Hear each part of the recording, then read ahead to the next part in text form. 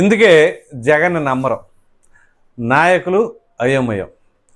ఇక విషయానికి వచ్చేసరికి ముద్రగడ పద్మనాభం ప్రస్తుతం ఆయన హాస్పిటల్లో తీవ్ర అనారోగ్యాల పాలై ఉన్నారు. తాజాగా వస్తున్న సమాచారం ఏంటి అంటే కొంచెం ఇప్పుడిప్పుడే రికవర్ అవుతున్నారు అని చెప్పేసి అంటున్నారు. ఎందుకంటే ఒక వారం 10 రోజులుగా ఆయన వెంటిలేటర్ మీదే ఉన్నారు అని చెప్పేసి తన కుమార్తె అయినటువంటి క్రాంతి ట్విట్టర్ ద్వారా తన యొక్క ఆవేదన పంచుకున్నారు. ఎంతటి ఆవేదన అంటే ముద్రగడ పద్మనాభరెడ్డిగా పేరు మార్చుకున్న ఆయన ఏది జగన్మోహన్ రెడ్డి గారి కోసం. అసలు విచిత్రమైన విషయం ఏంటి అంటే ఈయనేమో కాపు ఉద్యమ నేత, అంటే సామాజిక వర్గం కోసం పోరాడిన వ్యక్తి. ఆ సామాజిక వర్గాన్ని వదిలేసాడు చూడండి. ఎవరి కోసం? జగన్మోహన్ రెడ్డి కోసం. ఏంటి ఆ ప్రత్యేకత ఏంటి అంటే అదో పెద్ద మ్యాజిక్. అలా ఉంటుంది అన్నమాట పరిస్థితి. సో చివరికి జగన్మోహన్ రెడ్డి ఎక్కువ నాకు కులం కంటే అని చెప్పేసి కులాన్నే మార్చుకున్నారు. నేను దాన్ని తప్పు పట్టట్లేదు, అది ఆయన ఇష్టం, అది వేరే విషయం. మనం ఆయన చట్టబద్ధంగా అది లీగల్గానే మార్చుకున్నారు. మీరు గూగుల్లో టైప్ చేసినా అదే వస్తుంది. సరే, అయితే దానికి సంబంధించి తన కూతురు ఆవేదన ట్విట్టర్ ద్వారా పంచుకోవడం. ఎందుకంటే పరామర్శకు కూడా నోచుకోలేదు కదా మరి ఆయన. ఎందుకంటే మామూలుగా మీరు సాయికృష్ణ తల్లి దగ్గరికి వెళ్ళారు, పరామర్శించారు. అలాగే తెనాలి గంజాయి బ్యాచ్ దగ్గరికి వాళ్ళు పరామర్శించారు. అంతేందుకు ఎవరో చచ్చిపోయారు, సంవత్సరం తర్వాత విగ్రహావిష్కరణ కార్యక్రమానికి ర్యాలీగా వెళ్ళారు. కానీ ముద్రగడ దగ్గరికి మాత్రం వెళ్ళాల. కారణం తెలియదు. పోనీ ఇంత జరిగిన తర్వాత మరో పక్కన కాపుల ఆత్మీయ సమావేశం అది ఇది అని నిర్వహించుకున్నారు. పోనీ అక్కడేమైనా చేశారా? పోనీ కనీసం ఈ కాపుల పెద్ద కాపులన్నా వెళ్ళారా? వెళ్ళాల. అది బొత్స సత్యనారాయణ, తోట త్రిమూర్తులు, ఇంక మొత్తం చాలామంది ఉన్నారు కదా, వెళ్ళారా? వెళ్ళాల. అంటే చివరికి సొంత సామాజిక వర్గంలో వాళ్ళు కూడా కనీసం ఆయన పరామర్శించాలంటే మళ్ళీ జగన్మోహన్ రెడ్డి గారు ఆదేశాలు ఇవ్వాలా? అందు గురించి ఆగారా ఏంటి? ఇప్పుడు అలాగే అనిపిస్తూ ఉంది. చివరికి నిన్న సజ్జల రామకృష్ణారెడ్డి వచ్చాడు, బొత్స సత్యనారాయణ వచ్చాడు, తోట త్రిమూర్తులు వెళ్ళాడు. వీళ్ళందరూ మరి ఇప్పుడు ఎందుకు వెళ్ళా అంటే ఇది కూడా జగన్మోహన్ రెడ్డి గారు ఆదేశాలు ఇస్తేనే మేము వెళ్తాం, లేకపోతే వెళ్ళాం. ఇంతకంటే దారుణం ఏదైనా ఉంటుందా? సరే, జగన్మోహన్ రెడ్డి వెళ్ళలేదా తర్వాత మాట్లాడదాం. ముందు వీళ్ళకు ఉండాలి కదా కనీసం.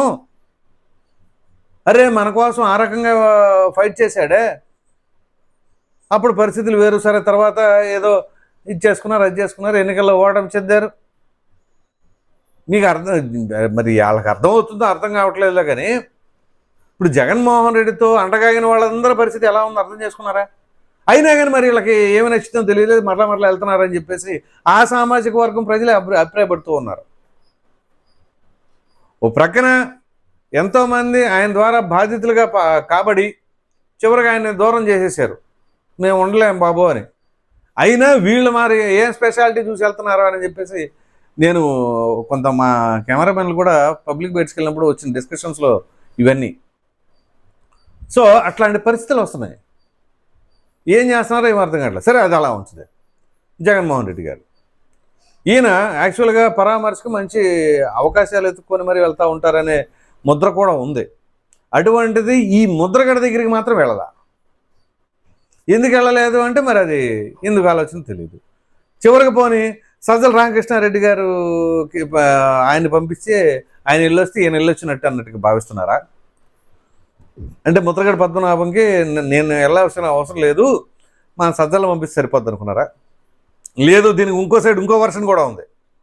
అయ్యో, ముద్రగడ పద్మనాభంకి ఇంకా అమితమైన అభిమానం కదా జగన్మోహన్ రెడ్డి గారు అంటే.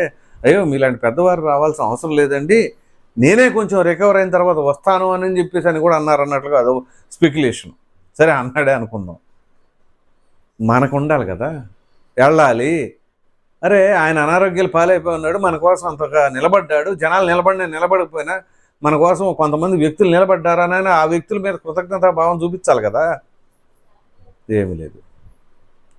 ఇక్కడ చూడండి మీరు, ఇప్పుడు జగన్మోహన్ రెడ్డి గారి నైజమో తెలీదు, ఆయన పరిపాలన తీరో తెలీదు, లేకపోతే ఆయన ఆ నాయకులకి చెప్పిన విధానం అర్థం కాదు. కానీ వీళ్ళ వెనకాల ప్రజలైతే మాత్రం లేరు అనేది స్పష్టం.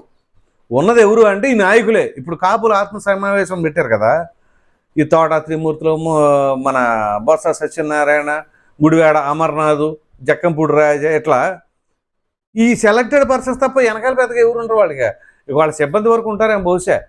ఎందుకంటే ఈ రకంగా వ్యవహరిస్తూ ఉంటే ఇంక సామాజిక వర్గం ఏ రకంగా దగ్గర అయింది?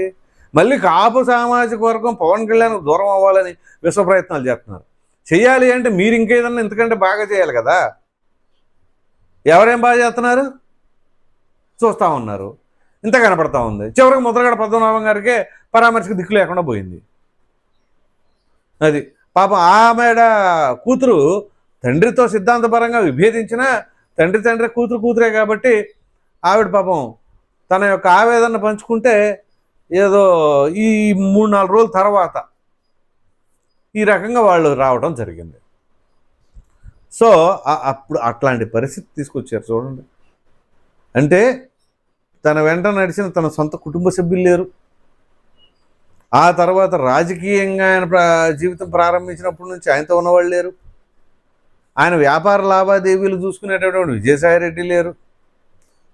రాజకీయంగా ప్రధానంగా మంగళగిరి మాజీ ఎమ్మెల్యే ఆళ్ల రామకృష్ణారెడ్డి పార్టీ ఆవిర్భావం అప్పటి నుంచి కూడా ఆయన వెన్నంటే, ఆయన కాలమ్మటే, ఆయన అడుగేసుకుంటూ నడిచాడు.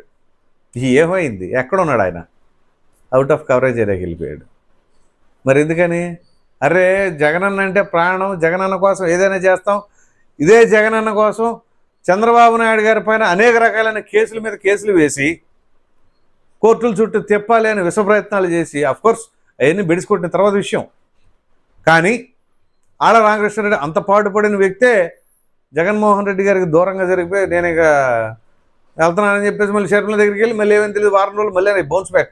ఏదో గోడ కొట్టిన బంతి కంటే ఫాస్ట్గా వచ్చారు మళ్ళీ వైసీపీలోకి. లేదు జగన్మోహన్ రెడ్డి గారి పాలన బాగానే ఉంటుంది, ఎవరికి తెలీదు, ఇలా ఉంటాయి అన్నమాట. సో అంత అత్యంత సన్నిహితులుగా ఉన్న వాళ్ళే ఆయనకి దూరంగా జరిగితే ఎవరు ఉంటారండి? ముద్రగడ పద్మనాభం గారు వచ్చి ఇచ్చేసినంత మాత్రం, పేరు మార్చుకున్నంత మాత్రం ఆయన బాగా సన్నిహితంగా భావిస్తూ ఉంటారు అని చెప్పేసి అంటారా అని ఆ సామాజిక వర్గం వాళ్ళే ప్రశ్నిస్తూ ఉన్నారు. సో ఇలా ఎటు చూసినా కానీ జగన్మోహన్ రెడ్డి గారు తీసుకుంటున్న నిర్ణయాలు ప్రతిదీ బూమరాంగ్ అవుతున్నాయి. మరి ఆయనకి ఏమైనా సరే ప్రస్తుతం ఏమైనా బ్యాడ్ టైం నడుస్తుందా మామూలుగా ఆ రాశి ప్రకారంగా, లేకపోతే అట్లా ఏమన్నా? అంటే ఆయనేమో హిందువేం కాదు, ఇదిగో నా రాశి ప్రకారంగా ఇదేమో నడుస్తుందంటే ఆయన క్రిస్టియానిటీ అట్లాంటివి నమ్మరు. కానీ ఆయన నమ్మినా నమ్మకపోయినా కొన్ని ఉంటాయి, అలా బ్యాడ్ టైం ఏమైనా నడుస్తుందా, లేకపోతే స్వయం కృతాపరాధమా? తీసుకునే ప్రతి నిర్ణయంలో కూడా ఇవే పరిస్థితులు కదా. ఇప్పుడు ఉదాహరణకి డిఎస్సి మీద అన్నారు, అది పోయింది, అది ఏమైందో మొత్తం తేటతెల్లం అయిపోయింది. అది ఫేక్ డిఎస్సి అన్నారు, మొత్తం క్లియర్ కట్గా ఎక్స్ప్లెయిన్ చేశారు. దానికి ముందు అనేక రకాలైన అంశాలు తెరపైకి తీసుకొచ్చారు, అది పోయింది. ఇప్పుడు ఈ సాయికృష్ణ కేసు వచ్చింది, నడుస్తూ ఉంది, క్లియర్ అవుతుంది. ప్రభుత్వమే దీనిపైన గట్టిగానే సిట్టు వేసింది, ఎప్పటికప్పుడు అప్డేటెడ్ ఇన్ఫర్మేషన్ వస్తుంది, అన్నీ జరుగుతూ ఉన్నాయి. మరి ఇన్ని జరుగుతున్నా వీళ్ళకి సరైన ఆయుధం దొరకట్లేదా, లేకపోతే ఆయుధం దొరికిన దాన్ని వీళ్ళకి వాడుకోవడం తెలియట్లేదా, లేకపోతే రాంగ్ డైరెక్షన్లో పట్టుకుని ఆయుధం వాళ్ళే కొట్టుకుంటున్నారా? ఇప్పుడు కత్తి దొరికింది అనగానే కత్తి పట్టుకునే విధానం తెలియాలి, పట్టుకోవడం తెలియకపోతే చెయ్యే దిగుద్ది, అలాంటి పరిస్థితి అనమాట. సో ఆ రకంగా వీళ్ళకి ఆయుధాలు దొరికిందాన్ని ఉపయోగించుకోవడం కూడా తెలియట్లేదా అనే తరహాలో ఉంది. అదేమిటి అంటే ఇవన్నీ ప్రక్కన పెడితే మరి ఇప్పుడు ఆ నాయకులు ఏమనుకుంటారు, ఆయన ఎమ్మటి నడుస్తున్న వాళ్ళు, ఇదేంట్రా నాయన మన జగనన్న మాత్రం ఎందుకని రెస్పాండ్ అవ్వట్లేదు, మనమే చీటికి మాటికి దానికి ప్రెస్ మీట్ దీనికి ప్రెస్ మీట్ పెడుతున్నాం, కానీ ముద్రగడ పద్మనాభం గారిని మనమే పట్టించుకోకపోతే ఇలా ప్రశ్నలు వస్తే ఆ ప్రశ్నకి మనం ఏం సమాధానం చెప్పాలి అని వాళ్ళు అయోమయంలో ఉంటున్నారు. దీనివల్ల అనేక రకాలైన పరిణామాలు చోటు చేసుకుంటే అది ఇంకా డ్యామేజ్కి దారితీస్తుంది. అది డేర్గా చెప్పే పరిస్థితి లేదు. సో మొత్తం మీద చెప్పుకుంటే ఈ రకంగా ఉన్న పరిస్థితుల్లో మరి జగన్మోహన్ రెడ్డి గారు ఎందుకు ఇటువంటి నిర్ణయాలు తీసుకుంటున్నారు, కానీ అది వైసీపీలో ఉన్న నాయకులందరూ కూడా అయోమయం, గందరగోళానికి గురి చేస్తుంది. ఇక ఉండలేక బయటికి పోలేక ఆ ఒక్కపోతతో ఉంటున్నారు. మరి చూద్దాం అది ఎంతకాలం నడుస్తుంది ఆ ఒక్కపోత అనేది.